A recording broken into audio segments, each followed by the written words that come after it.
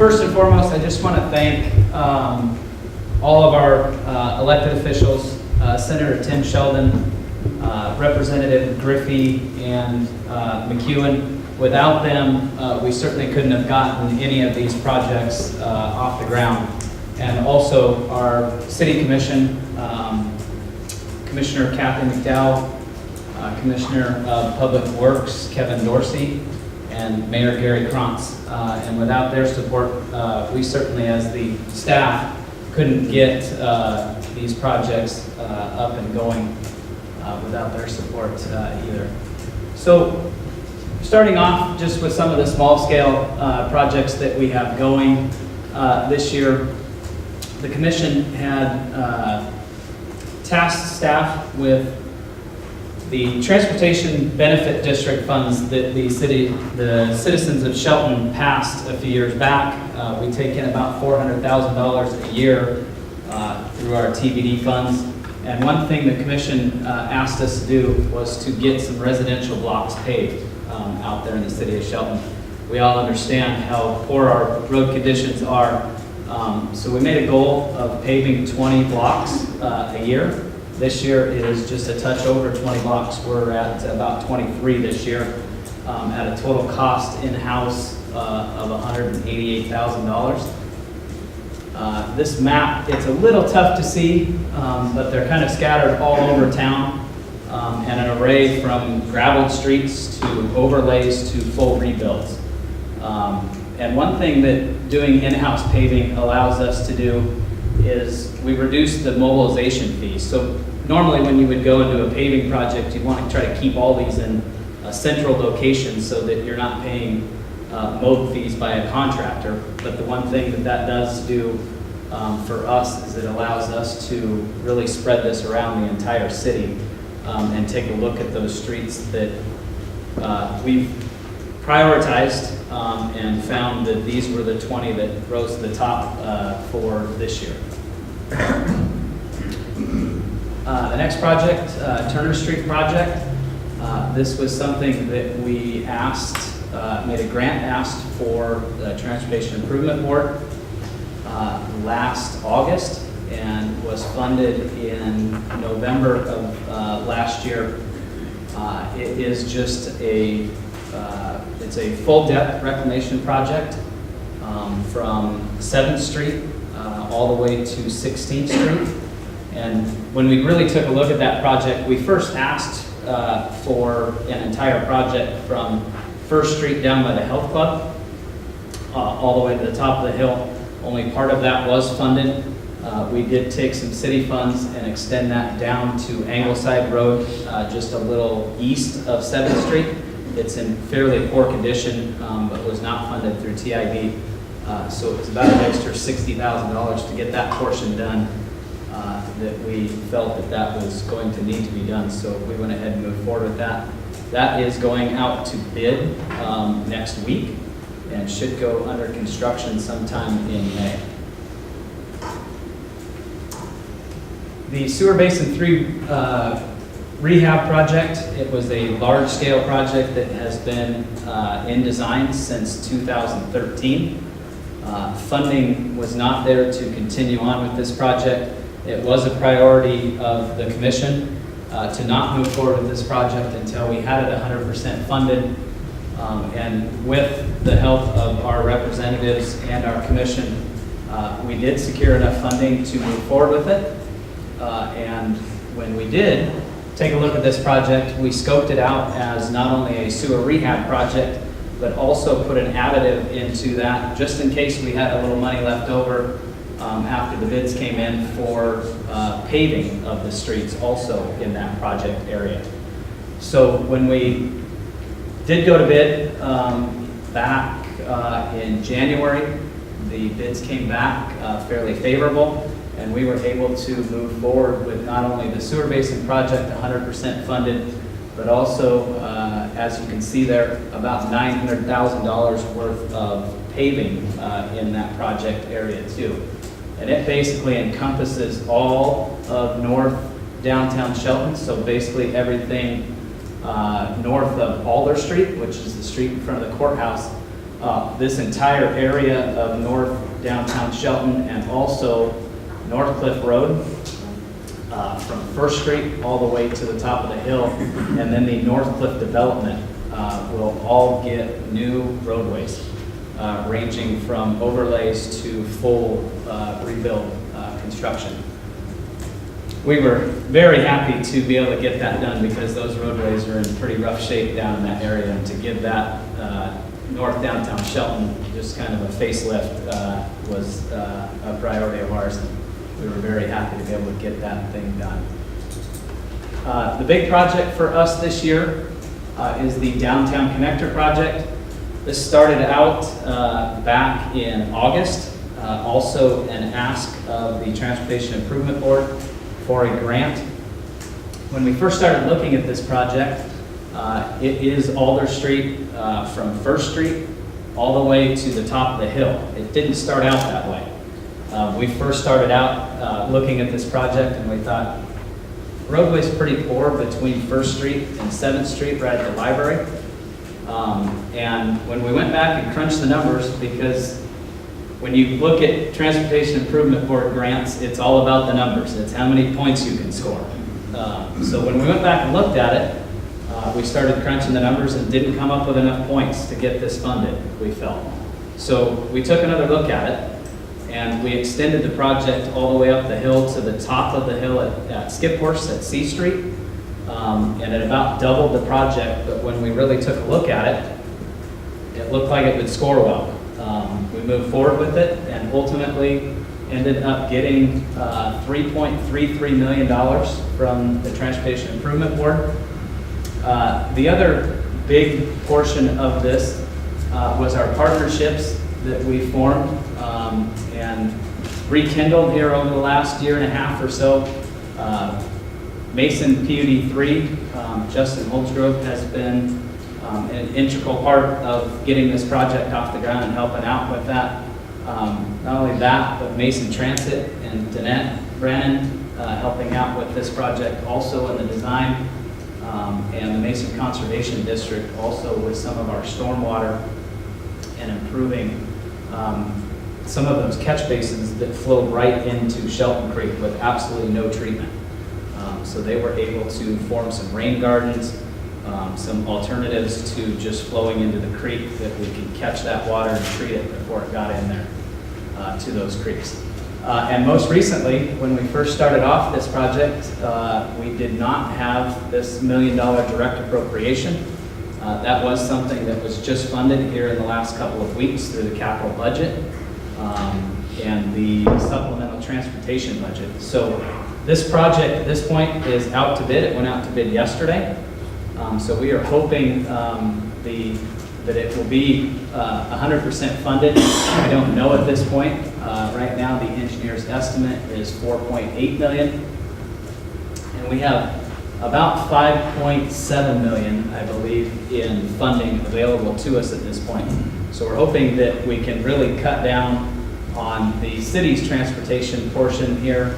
Right now that is looking at about $700,000 and hoping that we can put that into another project if the bids are favorable. So taking a look at this project, I kind of explained it a little bit, but starting at the top of the hill at C Street and kind of working back down. One thing, we had a couple of public meetings that were very well attended. We had about 100 people at each one of our open houses to look at the design of this early on. It was a fairly accelerated time frame.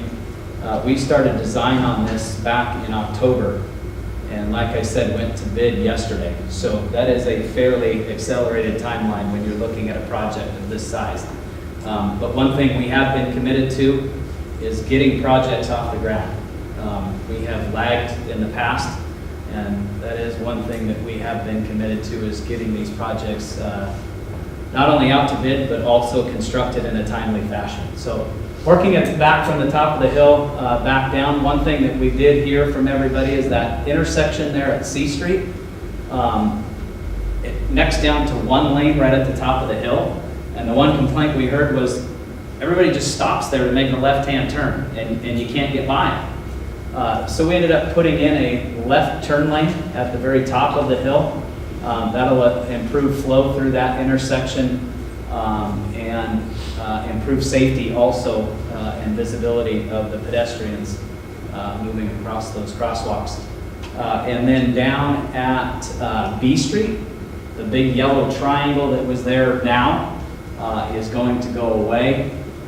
There is a smaller version of that that will be landscaped, be much more visually pleasing. It also, the function of this small triangle here, it eliminates the ability to make this illegal cross-traffic turn that everybody tries to make on a B Street now and stops this traffic from flowing down the hill. This is a cross-section of what the upper section of the project will look like from 7th Street up to the top of the hill. It is two 11-foot travel lanes.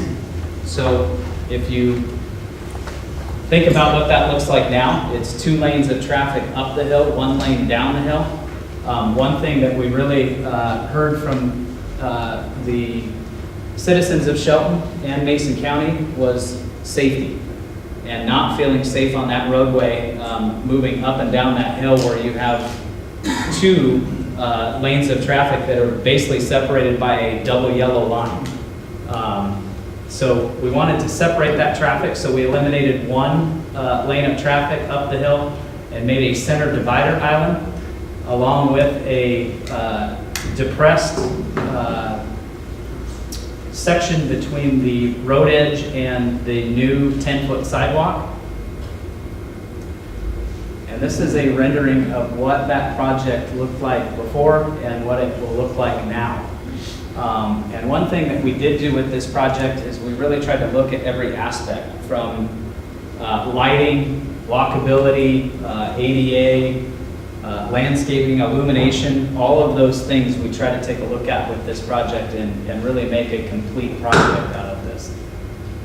Moving down the hill at 8th Street, this is, if you have traveled this, you know that people like to try to stop right here and make a turn onto 8th Street next to the library, and it stops all the traffic flow down the hill. So we worked with MTA to create a bus pull-off and bus stop here. They're going to put a shelter there, and up above this is a complete rain garden to catch all of the stormwater off of 8th Street. So 8th Street will be closed. There will be no more left-hand cross-traffic turns there. And then moving from 7th down to 1st Street, this is a cross-section of that roadway. And again, 10-foot sidewalks on the south side of the road, 8-foot sidewalks on the north side of the road with a planter strip and illumination on the south side, with 12-foot travel lanes. Actually, most recently we have necked those down. Those are actually 11-foot travel lanes now to create a little traffic calming in that area. This is a rendering of what this project will look like in front of the courthouse. So right now, we have all of this parking in front of the courthouse on Alder Street. We are proposing to eliminate all of that parking in front of the courthouse. And one thing that we did hear from everybody is that is a problem. Not enough parking down there now. So on the north side of the road, on 4th, 5th, and 6th, we have made on-street parking, actually increased the total number of parking stalls by about 5 with full ADA ramps and crossings at each one of those intersections. And it will get rid of the backing traffic onto Alder Street, but also mitigated that by creating that parking on the north side of the road. Just another rendering moving down the street from 4th Street, looking east to 2nd Street. And then the big change for everybody of Shelton and Mason County. Shelton will get their first roundabout. This is right in front of Mickey's Deli. So the one thing we did see was we had the stop sign on the southbound leg of this traffic, which then, once you get through that stop sign, ran right into a yield sign, which never worked for anybody. And then there's that slip lane that everybody comes through that they don't know if they're supposed to stop or the traffic on First Street is supposed to stop. So we first started off and proposed free movement north and south through this intersection and leave it a T intersection with a stop sign, elimination of this slip lane, and a stop sign on Alder Street. And the one thing that we heard through our public meetings is that was not going to work for the citizens of Shelton. So we took another look at it. We worked with our consultant and also worked with the professionals at WashDOT, Dennis Swires and Brian Walsh, who are experts on these roundabouts, and they helped us to work through this. We didn't think we could fit one in there to start with, but ultimately we ended up getting there. The one thing that we couldn't do was we couldn't get a fourth leg out of this. So what we did was on the eastbound leg, it is just a one-way onto Alder Street. These two intersections, entrances here were too close together, so we had to eliminate one of them. So it is a three-leg, single-lane roundabout. So it should be fairly easy to navigate. The complaints I've heard is they're too hard to get into. They're too hard to navigate. The one thing I tell people is, if there's nobody coming, get into it. So, yeah, we had quite a few complaints about traffic speeds and volumes through there, but working with WashDOT and the consultant, I think we've come up with a way to address all of those issues with this roundabout. So we look forward to bringing that to not only the citizens of Shelton, but also Basin County. Any questions for me?